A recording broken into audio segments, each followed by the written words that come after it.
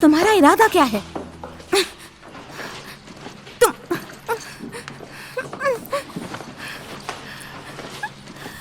छोड़ो मुझे, वरना मैं चिल्लाऊंगी।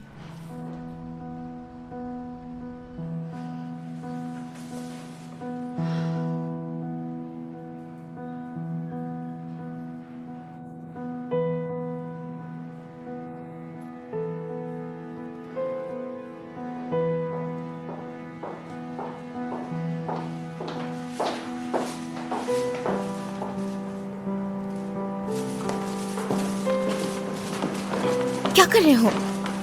ताओ जुनहो, छोड़ो। क्या कर रहे हो? ये मेंस रूम है। आखिर तुम्हारा इरादा क्या है? तुम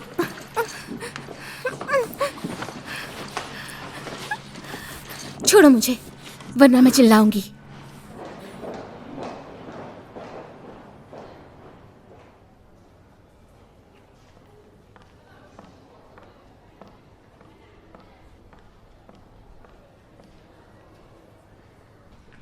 तुमने झूठ क्यों बोला?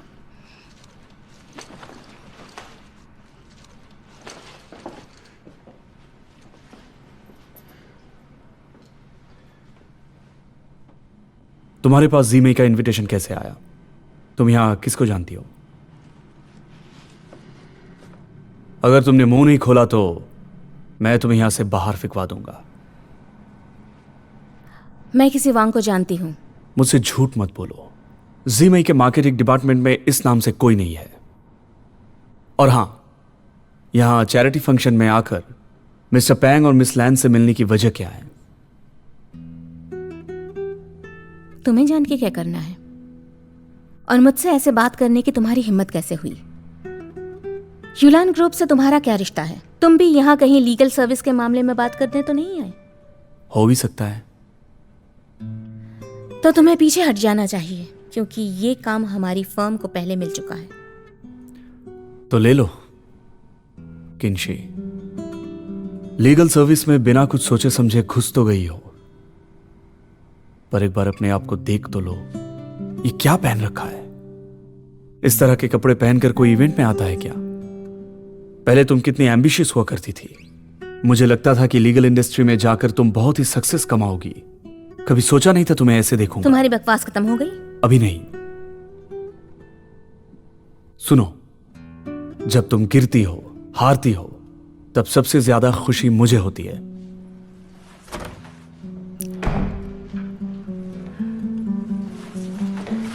हनी, तुम ठीक हो? मैं ठीक हूँ। चलो यहां से।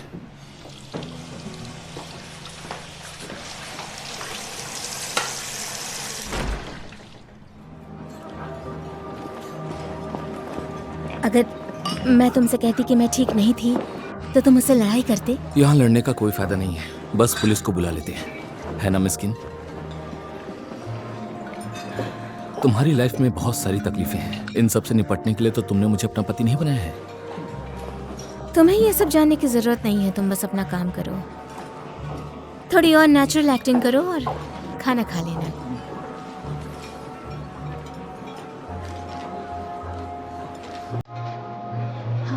मिस लैन, मुझे आपसे कुछ बात करनी है। मिस लैन, इसीलिए मैं आपसे मिलना चाहती थी।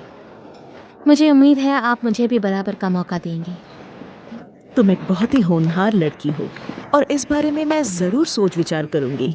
हालांकि तुम्हारे एसोसिएशन का मामला डैम्पिंग हैंडल कर रही है। अगर वो किसी दूसरे लॉयर को चुनती है तो मुझे भी उसके फैसले की रिस्पेक्ट करनी होगी और उसे सपोर्ट भी करना होगा। मिस लैन, देखो, मैं 16 साल की थी तब से मैं इस इंडस्ट्री में काम कर रही हूँ और आज मुझे 40 साल हो गए हैं।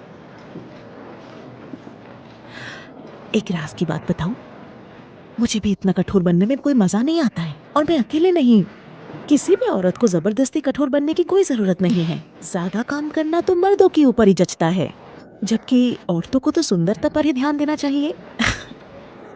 ज्यादा उम्मीद मत रखना, कुछ चीजें मेहनत करने के बाद भी हासिल नहीं हो पाती है। धीरे धीरे सब समझ जाओगी।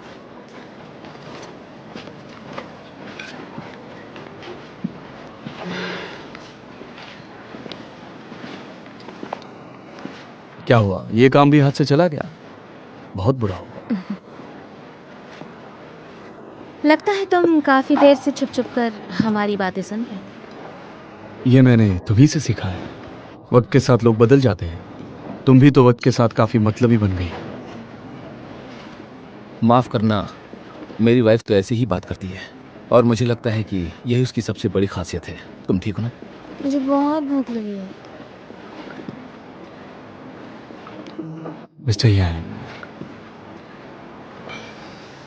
शायद आपको आपकी वाइफ का टेस्ट नहीं पता है। मेरा टेस्ट काफी बदल चुका है, देखो तो।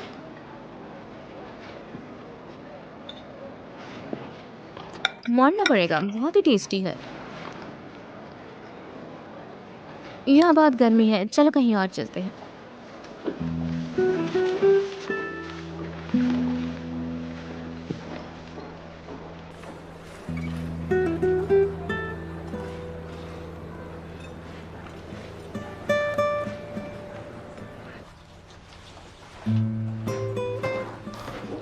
लो, शायद इससे कुछ फर्क पड़ेगा। तुम्हें अपने एक्स बॉयफ्रेंड के सामने स्ट्रांग दिखना था, इसीलिए एलर्जी होने के बावजूद भी तुमने वो मीट खाया है ना? नहीं, कितनी बार कह चुकी हूँ तुम्हें, नहीं नहीं नहीं। कपल्स में ब्रेकअप के बाद प्यार का खत्म हो जाना और उसकी जगह दूसरे इमोशंस का आना बहुत नॉर्मल बात है। वैसे ब्रेकअप क्यों हुआ था? तुम्हें मेरे बारे में और जानना है?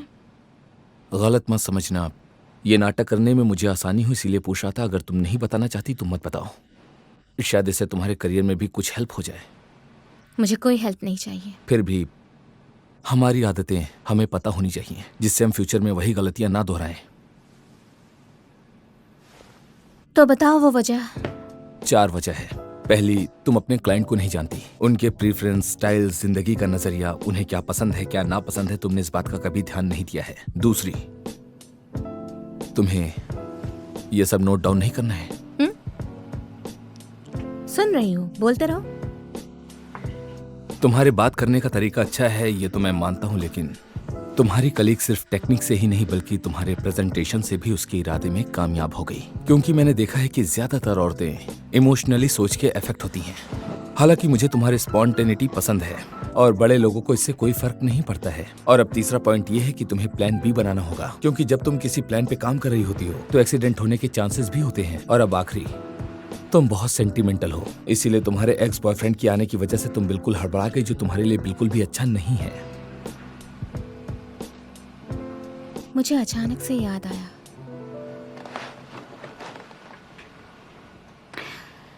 गाड़ी में ना एलर्जी की दवाई रखी है, जाकर ले आओगे प्लीज?